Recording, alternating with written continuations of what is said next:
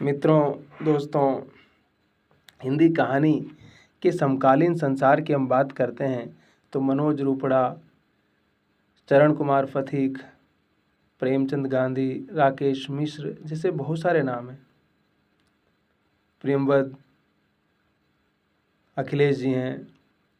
हम मनोज रुपड़ा के साहित्य की बात कर रहे हैं और ये आश्चर्य की बात है कि जो लोग हिंदी विभागों में नहीं रहे या इस प्रकार की सरकारी नौकरियों में, विश्वविद्यालयों में नहीं रहे, शायद उन्होंने ही बेहतर काम किया। चाहे उदय प्रकाश की बात करें, चाहे हम बाकी किसी बड़े रचनाकार की बात कर सकते हैं, तो उन्होंने किस प्रकार से बेहतर काम करने की कोशिश की और इस प्रकार की क्षुद्र राजनीति से हमेशा दूर रहे और ज़्यादातर अपने काम पर फोकस किया। और कहते हैं कि मतलब ये नहीं चिंतन रहा हमेशा कि यार मुझे तो कोई, मेरे पे कोई लिखता नहीं है, मुझे कोई महान नहीं बोलता है, मैं तो हिबा का हेडचोटी हूँ और मेरा कोई मान सम्मान नहीं है यहाँ पे, यार मेरे पर बात भी नहीं होती है, मैंने लेख लिखा उस पर चर्चा नहीं होती है। ये जो एक कॉम्प्लेक्स है, दिल्ली विश्वविद्यालय से लेकर के BHU से लेकर के कहीं भी जाइए आप, राजस्थान विश्वविद्यालय जाइए, किसी भी विश्वविद्यालय में जाइए, तमाम जो हिंदी के जो सो कॉल्ड लोग हैं उन्होंने क्या किया है कि अपनी ही दुकानदारी चलाने के लिए एक ऐसा संसार निर्मित किया कि जहाँ बाकी लोगों को शायद, जिसे कहते हैं ना कि प्रवेश निषिद्ध कर दिया उन लोगों ने। मनोज रुपड़ा का जन्म 1963 में दुर्ग छत्तीसगढ़ में हुआ था। मूलतः कहानीकार, उपन्यासकार हैं और पेशे से अपना बिजनेस करते हैं। इनको इस प्रकार का कोई नाम फेम की कोई ज़्यादा चिंता भी नहीं है। अपने काम में मस्त रहने वाले, नागपुर में रहते हैं। कुछ पुरस्कार मिले, पुरस्कार की कभी उन्होंने आकांक्षा भी नहीं की और पुरस्कार को लेकर उनकी कभी चिंता रही भी नहीं। अनुभूति कहानी महत्वपूर्ण कहानी है उनकी। आग और राख के बीच, ईश्वर का द्वंद्व, बेबी संजना की मुस्कुराहट, रद्दोबदल, साज नासाज, फिल्मों पर भी लिखते रहे हैं, तमाम विषयों पर लिखते रहे हैं। हमेशा कम लिखते रहे लेकिन महत्वपूर्ण लिखते रहे हैं।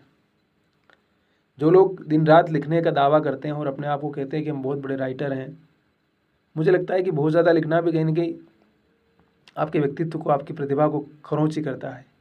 उदय प्रकाश ने कम लिखा, आप जानते हैं कि उन्होंने कोई उपन्यास नहीं लिखा है और ऐसा नहीं है कि वो उपन्यास नहीं लिख सकते हैं, लेकिन वो अपने हिसाब से लिखते हैं और सारी दुनिया की तमाम भाषाओं में उनकी कहानियों का अनुवाद हो चुका है। मुझे तो लगता है कि नोबेल डिज़र्व करते हैं उदय प्रकाश जी, और आज नहीं तो भविष्य में उनको नोबेल मिलना ही चाहिए। और वो भी हिंदी विश्वविद्यालयों में नौकरी करते रहे, हिंदी विभागों में रहे, लेकिन वहाँ एडजस्ट नहीं हो पाए क्योंकि चाटुकारिता और उन सारी चीज़ों से उनका कोई लगाव नहीं था कभी। तो अपने काम में मस्त रहे, फिल्में भी बनाते रहे हैं और अपना स्वतंत्र लेखन करते हैं और अपनी दुनिया में मस्त रहते हैं।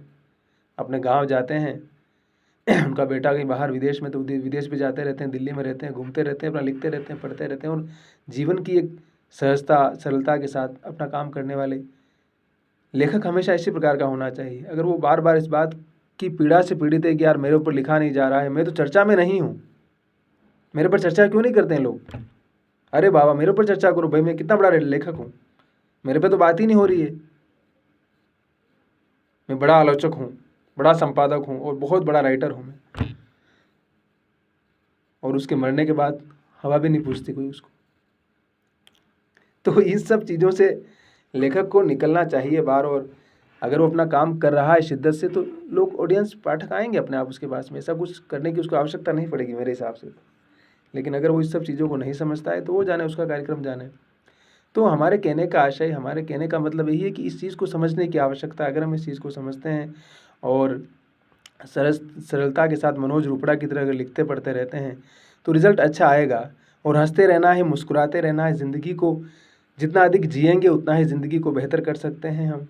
बाकी आरोप प्रत्यारोप करना और क्षुद्रताओं में अपने वक्त को बर्बाद करना, तो इसके लिए बहुत सारे पर्याप्त लोग हैं हमारे पास। इसलिए उन चीज़ों से ऊपर उठने की आवश्यकता है और गंभीर लिखा जाना चाहिए, क्योंकि आजकल फेसबुक और ट्विटर की दुनिया इतना कुछ लिखा जा रहा है कि आपको छांटना पड़ेगा कौन सा पढ़ना है और कौन सा नहीं पढ़ना है। तो एक विज़न का होना, एक समझ का होना बहुत ज़रूरी है। भीड़ का हिस्सा न बने तो बेहतर है हम लोग पढ़ते रहें, लिखते रहें, समझते रहें। और अपना एक ऑब्जर्वेशन, और समय लगता है चीज़ों को समझने के लिए। हम एक ही दिन में हमें बड़ा बनने की कोशिश नहीं करना है, सतत प्रयास करना है और चीज़ों को अर्जित करना है, सीखना है। और हम सीख जाते हैं, अर्जित कर लेते हैं तो अपने आप रिजल्ट आएगा, हमारे लिए पॉजिटिव ही होगा वो। जीवन बहुत खूबसूरत है सच में, इसलिए हम जितना अधिक इस खूबसूरती को ऑब्जर्व करेंगे, जितना अधिक हम अपने भीतर इसको महसूस करेंगे, चीज़ें अपने आप बेहतर होती जाएगी। पॉजिटिव रहना बहुत ज़रूरी है। नेगेटिव लोगों से और नकारात्मक लोगों से दूर रहने की आवश्यकता है। अगर हम ऐसा रहते हैं तो चीज़ें अपने आप हमारे लिए पॉजिटिव होती चली जाएगी। अगर हम ऐसा नहीं करते हैं तो चीज़ें हमेशा हमारे लिए उसी प्रकार से हो जाएगी। सो पॉजिटिव रहना है और हंसते रहना है, मुस्कुराते रहना है, अपने आप को बिज़ी रखना है और जितना अधिक हो सके हम अपने काम को कितना बेहतर कर सकते हैं, ये हमें आसपास उन लोगों से सीखना है जो सच में गंभीरता के साथ जीवन जीते हैं और चीज़ों को कहते हैं ना कि मतलब उनको इतनी उतावलापन नहीं है कि आज ही मुझे सब कुछ चाहिए और कोई घमंड भी नहीं है, लेकिन अपने आप पर भरोसा बहुत है उनमें। तो बस पॉजिटिव रहना है, हंसते रहना है, मुस्कुराते रहना है, निरंतर काम करते रहना है और सफलता को गले लगाना है। आज का दिन आपके लिए बहुत मंगलमय हो, शुभ हो, ऐसी उम्मीद करता हूँ। हमारे चैनल पर आइए, सब्सक्राइब कीजिए, लाइक कीजिए, शेयर कीजिए और मस्त रहिए, ठीक है। और अपना ख्याल रखिए और अपनों का ख्याल रखिए, विश्वास भरोसा बनाए रखिए और अच्छे कामों की तरफ ध्यान देना है और बेहतर करने का सोचना है, कितना बेहतर हम कर सकते हैं।